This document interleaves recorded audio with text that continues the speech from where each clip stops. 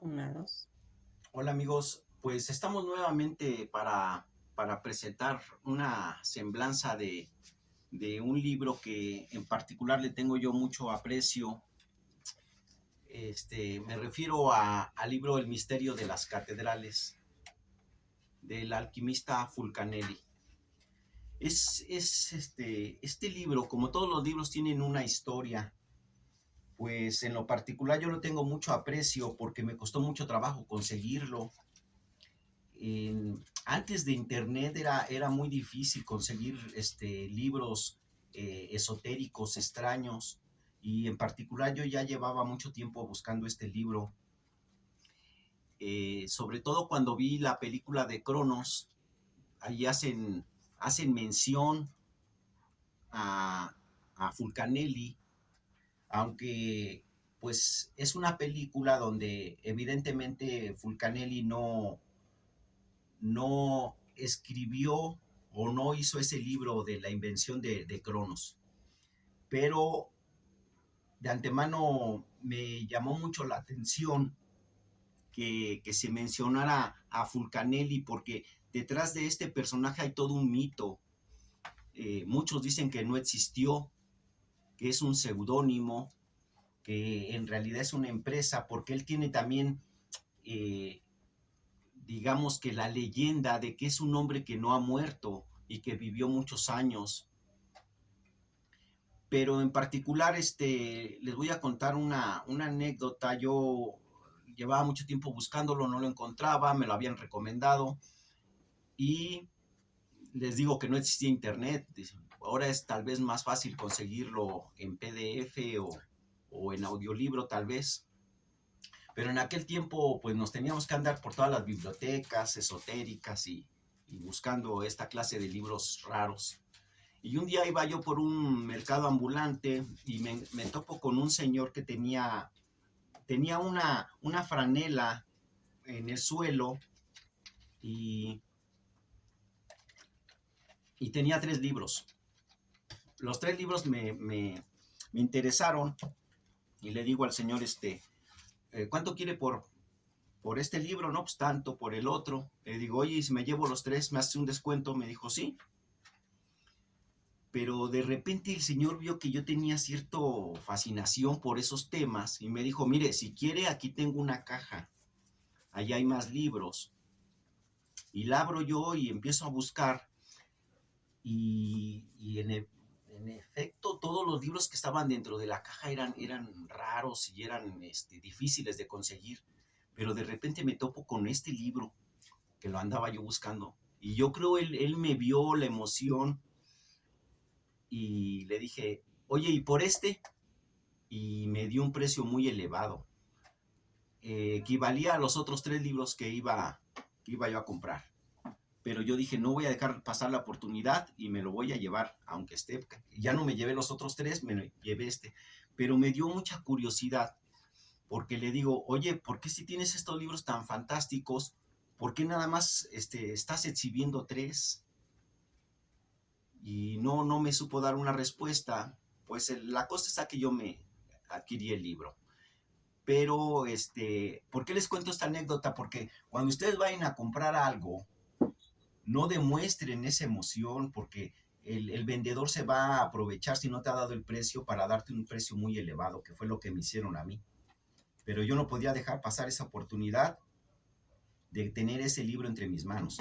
Tengo aquí una muestra de una colección que tengo muy amplia de gárgolas. Yo colecciono gárgolas y tiene que ver con este libro porque en las catedrales, en las de París, se pusieron una serie de, de gárgolas que tienen una función, según ellos, son para que el agua que se acumule a través de ellos sea como un desagüe y no maltrate la estructura de la edificación. Pero esa explicación tan simple no es la verdad. En lo particular, las catedrales a mí siempre me han fascinado, las catedrales góticas. Y no hay una persona que no le cause una impresión tan grande que se emociona uno al verlas, esa majestuosidad que tienen esos edificios, tan, tan bien hechos, tan espectaculares, y uno lo hace sentir cosas raras, aunque no sea uno místico, aunque no sea uno, eh, digamos, que le guste este ambiente esotérico, algo pasa dentro de uno que lo hace sentir. Pues miren, sin más dilación, vamos a dar una pequeña semblanza de este libro, a ver qué les parece. Se llama El misterio de las catedrales de Fulcanelli. Es un libro medular para entender cuestiones de arquitectura, de arte y de estética. Un trabajo que tiene una doble lectura, la lectura literal de las catedrales medievales, sobre todo las francesas, y es una representación de un texto sagrado que busca encontrar la trascendencia. La segunda lectura es ya para iniciados. Lo que hace Fulcanelli en este libro es cifrar o descifrar el mensaje oculto que hay en el lenguaje de las piedras, traducir aquello que duerme, el sueño de la roca y los vitrales. Según Fulcanelli, hay una fascinación al ver una catedral gótica medieval que nos tiene que llevar alquímicamente a un cambio de estado. El libro de Fulcanelli es un tratado de alquimia. Fulcanelli tiene dos obras fundamentales que son El misterio de las catedrales, que es el libro en cuestión, y otro que se llama Las moradas filosóficas, que no lo tengo, no lo he podido conseguir, pero tal vez lo consiga y se los muestre, que es otro libro impresionante. Hay algo en las catedrales medievales, en ese momento gótico de los siglos XIII y XIV, en el que se da el patrocinio de la iglesia, la orden del temple y todo lo que lo rodea, a los grandes gremios de constructores en torno de un lenguaje pétreo que decide conseguir una síntesis.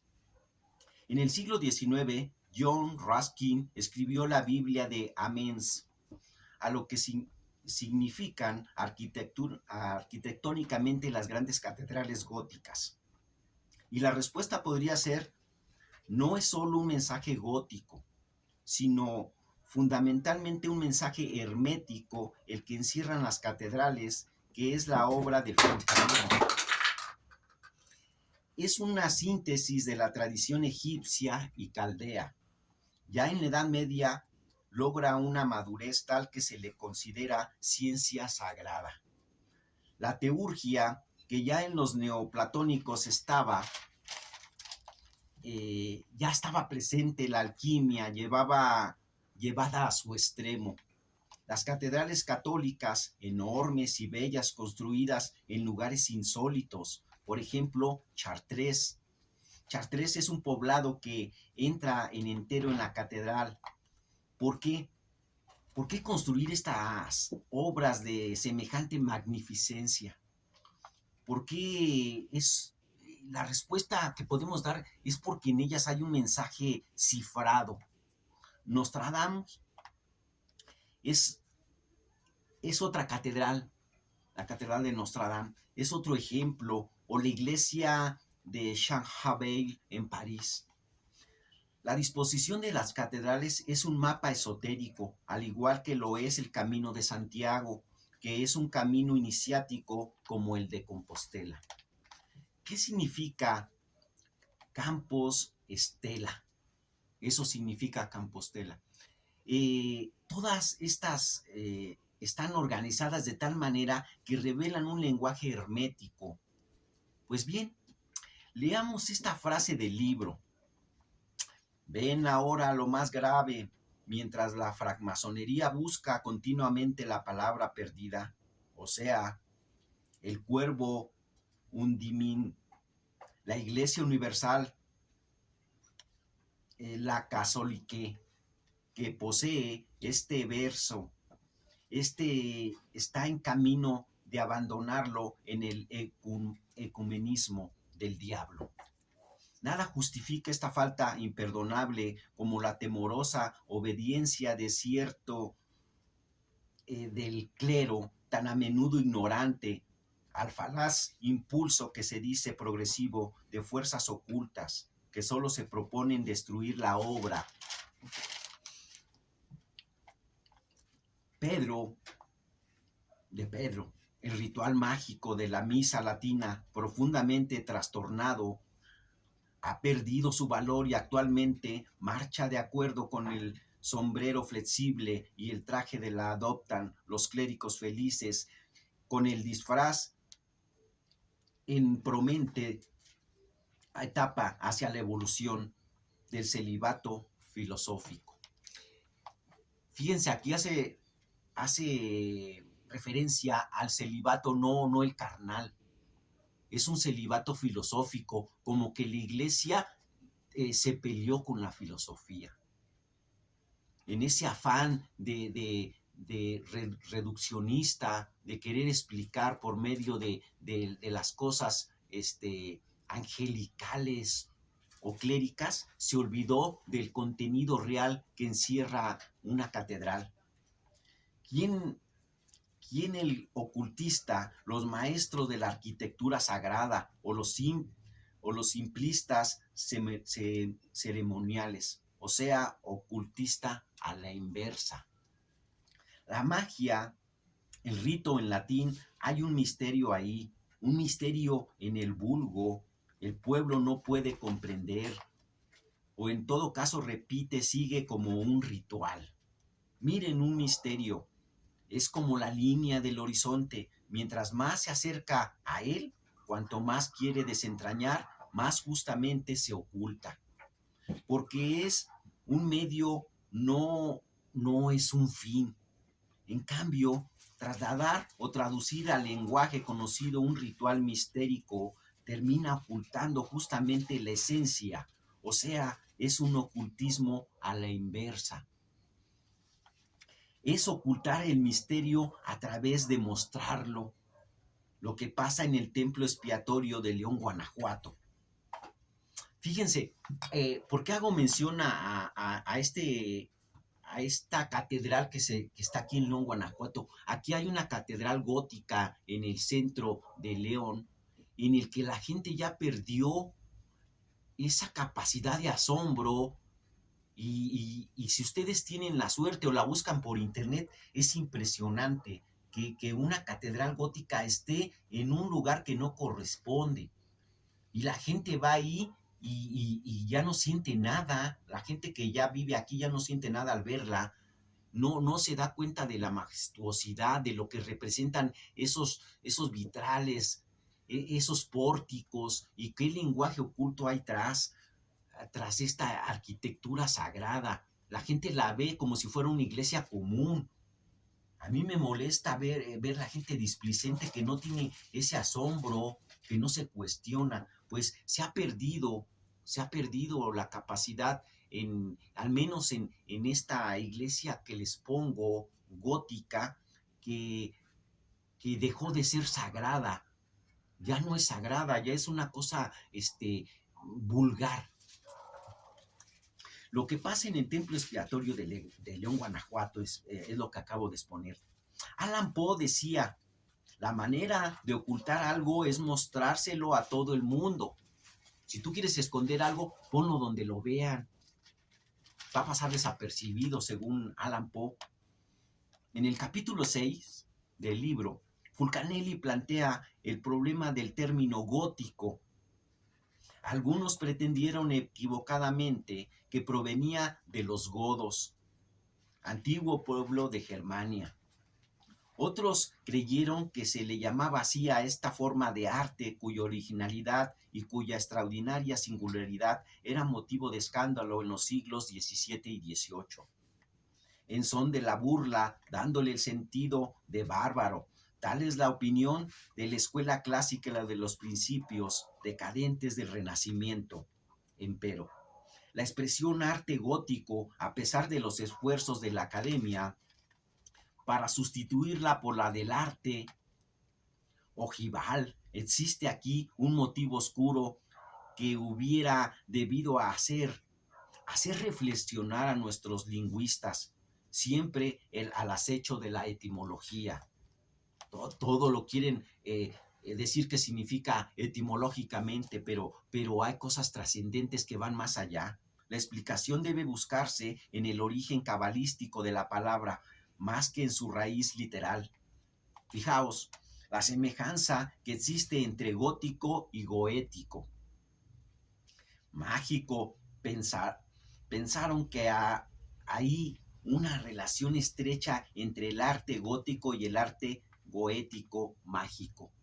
Para nosotros, arte gótico no es más que una deformación de la palabra argótico, cuya homofonía es perfecta de acuerdo con la ley fonética que rige en todas las lenguas y sin tener en cuenta la ortografía, la cabala tradicional. La catedral es una obra de arte gótico o de art, de ahí viene argot, de arte gótico. Los diccionarios definen el argot como una lengua particular de todos los individuos que tienen interés en comunicar sus pensamientos sin ser comprendidos por los que nos rodean. Es pues una cabala hablada. Lo que utilizan es un lenguaje, son descendientes herméticos de los argonautas, los cuales mandaban la nave de Argos y hablaban un lenguaje argótico, los cuales mandaban esa nave en busca del famoso vellocinio de oro. Todavía hoy decimos del hombre muy inteligente y astuto, lo sabe todo, entiende el argot. El argot es una forma, un lenguaje que inventamos, pero que solamente es para iniciados, solamente cierta gente versada lo comprende. La persona común y corriente pasa desapercibido. Todos los iniciados se expresaban en argot, lo mismo en los truhanes de la corte, de los milagros y los francmasones, que edificaron las obras argóticas que admiramos en la actualidad. También ellos, estos nautas, estos constructores, nos guían al camino que conducía al jardín de las especies. Las catedrales importantes están construidas en una especie de ruta o mapa celestial. No es a capricho, sino que siguen una ruta astrológica. Fulcanelli analiza cada una de las imágenes de la catedral y dice que es una especie de mapa o de guía de alquimia para la transmutación de la materia y el espíritu. Otro tema asombroso son los laberintos. El laberinto de Chartres dibuja sobre el pavimento de la nave. Se compone de toda una serie de círculos concéntricos que se repliegan unos con otros en distinta variedad. En el centro de esa figura veías en antaño el combate de Teseo contra el Minotauro. Nueva prueba, pues, de la infiltración de temas paganos en la equinografía cristiana y en la consecuencia de un sentido mito hermético evidente. O sea que las edificaciones antiguas se han ido permeando de un sincretismo de otras culturas que han puesto temas ahí que no correspondían y sin embargo Fulcanelli les encontró ese sentido que la gente podemos pasar por el piso de la catedral y no nos damos cuenta dónde estamos parados. El laberinto de las catedrales o el laberinto de Salomón es una figura cabalística, se encuentra en ciertos manuscritos alquímicos y que forman parte de las tradiciones mágicas. Es una serie de círculos concéntricos interrumpidos en cierto punto de manera que forman un trayecto chocante, inexplicable. Miren, vamos a reflexionar un poco. Lo que pasa es que los cristianos católicos mandaron construir las catedrales, pero los constructores, los arquitectos eran herméticos, iniciados templarios, eran masones operativos. ¿Por qué les digo? Miren, las personas que sabemos de masonería, antes de que existiera la francmasonería en Inglaterra y en Escocia, en Reino Unido, ya existía la masonería, era una masonería operativa. Decimos que la francmasonería se transformó en especulativa a raíz de que se hizo el rito escocés y el rito yorquino en Inglaterra. ¿Qué tiene que ver esto? Porque masón significa albañil, mason en inglés. Entonces, estos albañiles eran arquitectos que incrustaron en cada una de las columnas, de los rocinetes, de los vitrales, de los pórticos, una especie de ruta psicológica, alquímica, que solamente podían leer las personas que somos iniciados. Por eso se dice que eres un argot, y de ahí viene gótico, de argótico, arte gótico, no de los godos o de lo que los diccionarios nos dicen etimológicamente. ¿Quién lo sabe? Lo saben los iniciados, lo saben los maestros como Fulcanelli. Entonces, cada catedral vamos a encontrar una serie de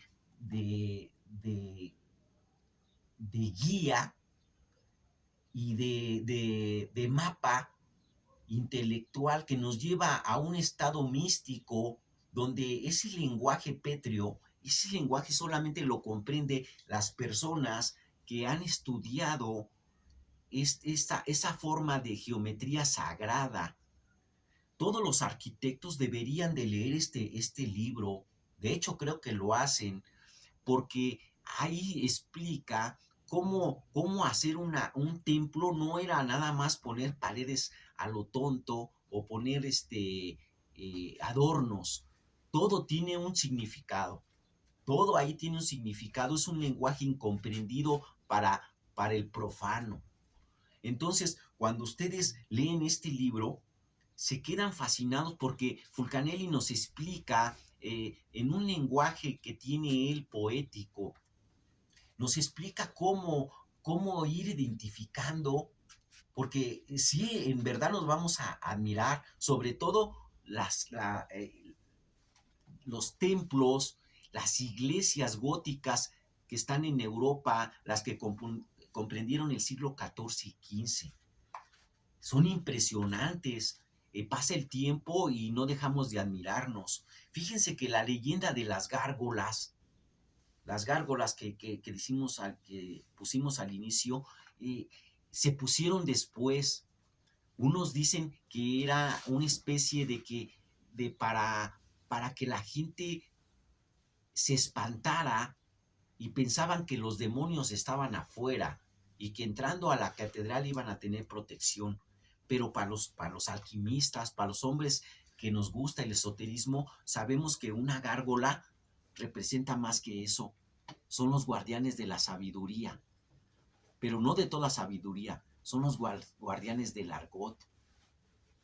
Para nosotros esta figura, que un día voy a hacer un especial de las gárgolas, no es una cosa aterradora, demoníaca. Este ser mítico, esta quimera, viene de Babilonia y es Pazuzu. Pazuzu es de esta especie de seres. Ahora se han hecho diferentes, hay animales híbridos y en estas catedrales se pusieron porque fíjense que la gente cuando algo le espanta ya no lo busca. A la gente que es muy básica, si algo le da miedo, no, yo no veo eso. Y siendo que se puso con ese fin, la finalidad es descartar a la gente que no tiene la capacidad para cuestionarse y para imaginar, para adentrarse en ese misterioso mundo mágico de las catedrales góticas. Entonces, pues este libro yo se los recomiendo ampliamente. Miren, no se los puedo contar todo porque es un tratado y yo lo echaría a perder porque yo no se los puedo contar con la belleza que lo cuenta Fulcanelli. Entonces, los invito, ahora que ya es más fácil conseguir los libros, pues a que ustedes lo busquen y lo lean y vayan a una catedral y ya no la van a ver igual. Se van a quedar extasiados, van a encontrar cosas que antes no habían visto y van a empezar a entrar en ese mundo gótico, en ese argot, en ese idioma que no comprenden los demás. Eso les va a dar cierta alegría espiritual, les va a dar un éxtasis, porque les digo, les puse el ejemplo. Yo sé que hay gente que sí la aprecia, esa catedral gótica que está aquí, el templo expiatorio que está aquí en Guanajuato, pero la mayoría no tiene ni idea, no tiene idea de qué significa. Ha habido un sincretismo con imágenes católicas que en vez de enaltecerlas, echan a perder el trabajo. La iglesia estaba en un lugar especial, orientada para que el sol entrara por aquellos vitrales a cierta hora. Uno tiene que saber a qué hora y cómo era la unión celestial del sol con ciertos astros, con ciertas columnas, con cierta iluminación. Entonces, no nada más es llegar a un... pues qué bonita, está grandota. Las iglesias, las catedrales góticas son fascinantes, son el reflejo de esos masones, de esos arquitectos que sabían lo que hacían, y se ha perdido porque la masonería actualmente es especulativa. La masonería antigua era operativa. Ellos eran los arquitectos que sabían los secretos que guardaban y que se podían expresar ahí, pero como era en la época de la Inquisición, se expresaban en un argot. Así no los podían castigar, pues eran incomprensibles para esa religión que todos piensan. Fíjense, por un lado, el catolicismo contribuyó económicamente a contratar a estos arquitectos. Lo que ellos no sabían es que estos arquitectos vienen de una cabala, de una alquimia, de una magia que pusieron en esas edificaciones. Y entonces, para los católicos, no para todos, habrá mucha gente versada, pero no comprenden ese templo qué significa. Es un templo de sabiduría, es una transmutación espiritual, celestial, astrológica. Entonces, cuando uno lee esta clase de libros y se da cuenta que Fulcanelli, que la mayoría de gente que no es tan esotérica y que no pertenece a una escuela iniciática como los templarios, los rosacruces, la masonería, los martinistas, los carbonarios, los gnósticos, entonces hablan con una simpleza y dicen cosas que no son. Es un lenguaje que solamente es de iniciados y no es que esté prohibido. Si tú quieres puedes iniciarte, puedes buscar el vellocinio de oro y el significado de aquello que para otras personas parecería común y corriente o pensarían que tiene que ver con la Biblia y no tiene que ver nada. Esas catedrales no tienen nada que ver con la Biblia. Es un recinto donde se mandó a hacer con el dinero de ellos, pero los edificadores, ellos son los grandes arquitectos de la geometría sagrada. Por eso en la caricatura los picapiedra son masones, porque son los que picaban la piedra bruta para darle forma.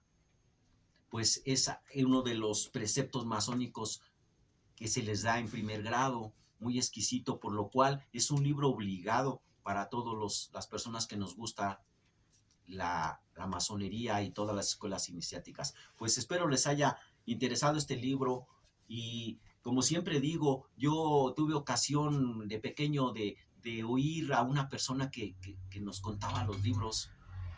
No me acuerdo si era Garibay.